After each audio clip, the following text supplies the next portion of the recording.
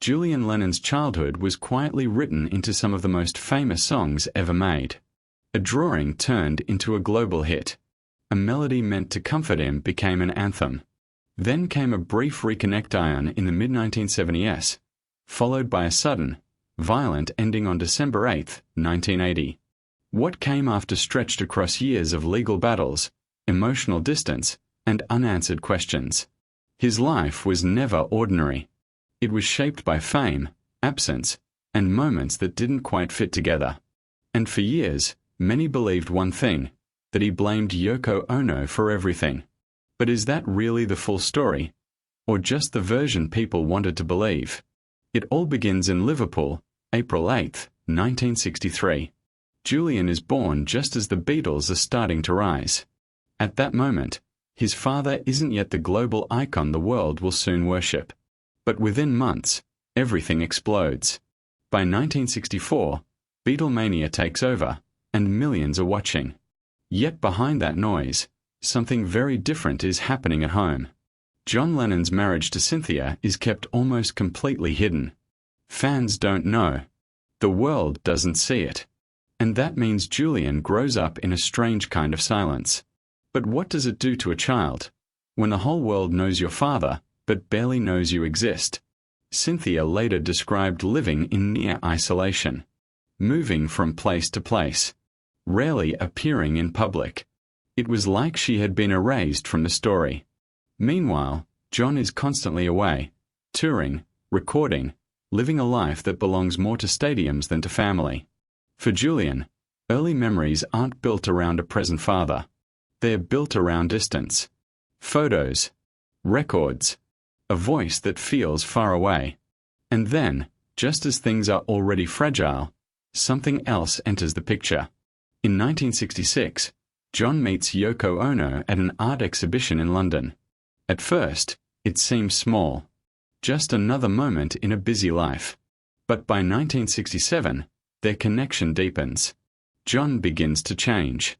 More distant. More absorbed in a different world. Cynthia notices it. The shift is real. And for a young child like Julian, even if he doesn't understand it fully, he feels it.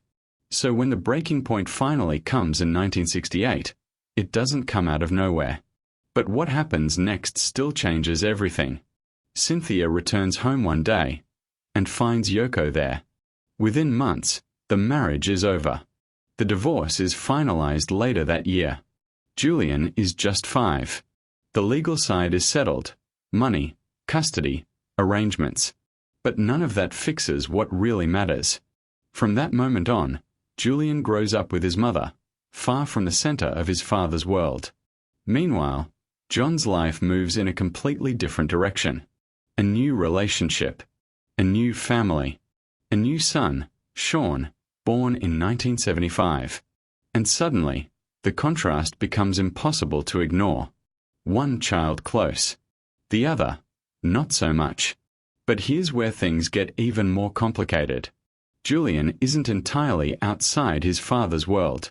In fact, parts of his childhood are frozen inside music history. One day in 1967, he brings home a simple drawing from school. A girl floating among stars. He calls it Lucy in the Sky with Diamonds.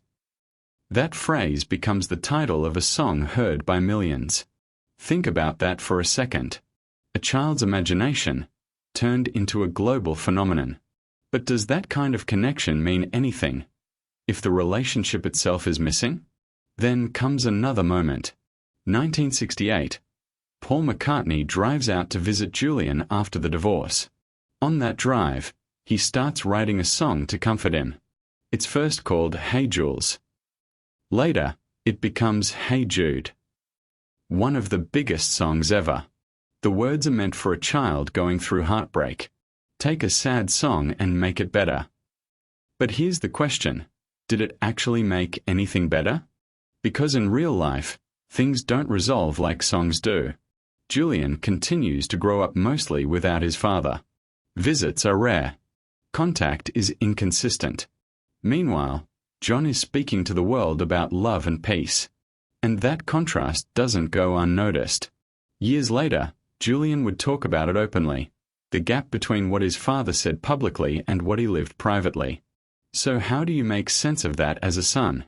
There were moments when things improved. Between 1973 and 1975, during a period known as John's Lost Weekend, the two spent time together. Trips, conversations, even music.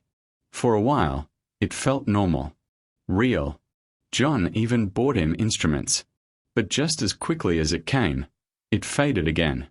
By 1975, John returns to New York, reunites with Yoko, and focuses on raising his second son.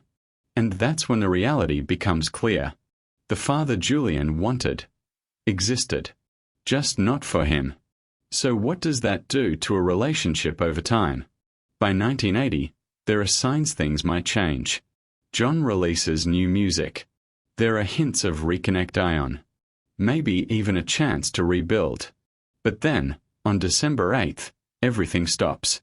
John Lennon is shot and killed outside his home in New York. Just like that, any chance of fixing the past disappears. And what's left behind is complicated. In the aftermath, attention turns to his estate. A fortune worth hundreds of millions. But the will, written years earlier, leaves most of it to Yoko Ono and their son Sean. Julian is not included in the same way. And suddenly, another chapter begins, one filled with legal battles, negotiations, and years of tension. Eventually, a settlement is reached. The exact details remain private. But the emotional impact? That's harder to measure. Because this was never just about money, was it? Julian builds his own career. In 1984, he releases his debut album Veloute.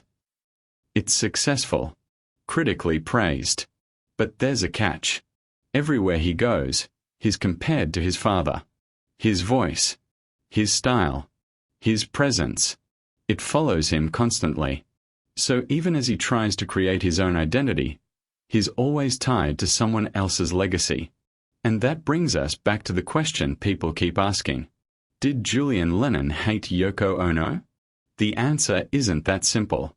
Over the years, he's spoken about feeling left out, about things being unfair, about complicated family dynamics.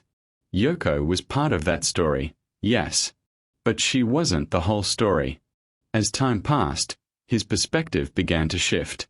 The anger didn't disappear overnight. He described it as something that stayed with him for years, a constant cloud. But slowly, things changed. Forgiveness didn't come as a single moment. It came gradually, piece by piece. He explored new paths, photography, humanitarian work, environmental causes. He built a life that wasn't defined only by the past. And in doing so, he began to see things differently. Not just as a son, but as someone trying to understand a complicated human story. So when people reduce it all to one simple idea, that he despised Yoko Ono, they miss the bigger picture. This wasn't just about one person. It was about absence, timing, choices, and the weight of growing up in the shadow of one of the most famous men in history. And maybe the real question isn't who was to blame, but how someone finds peace after living through all of that.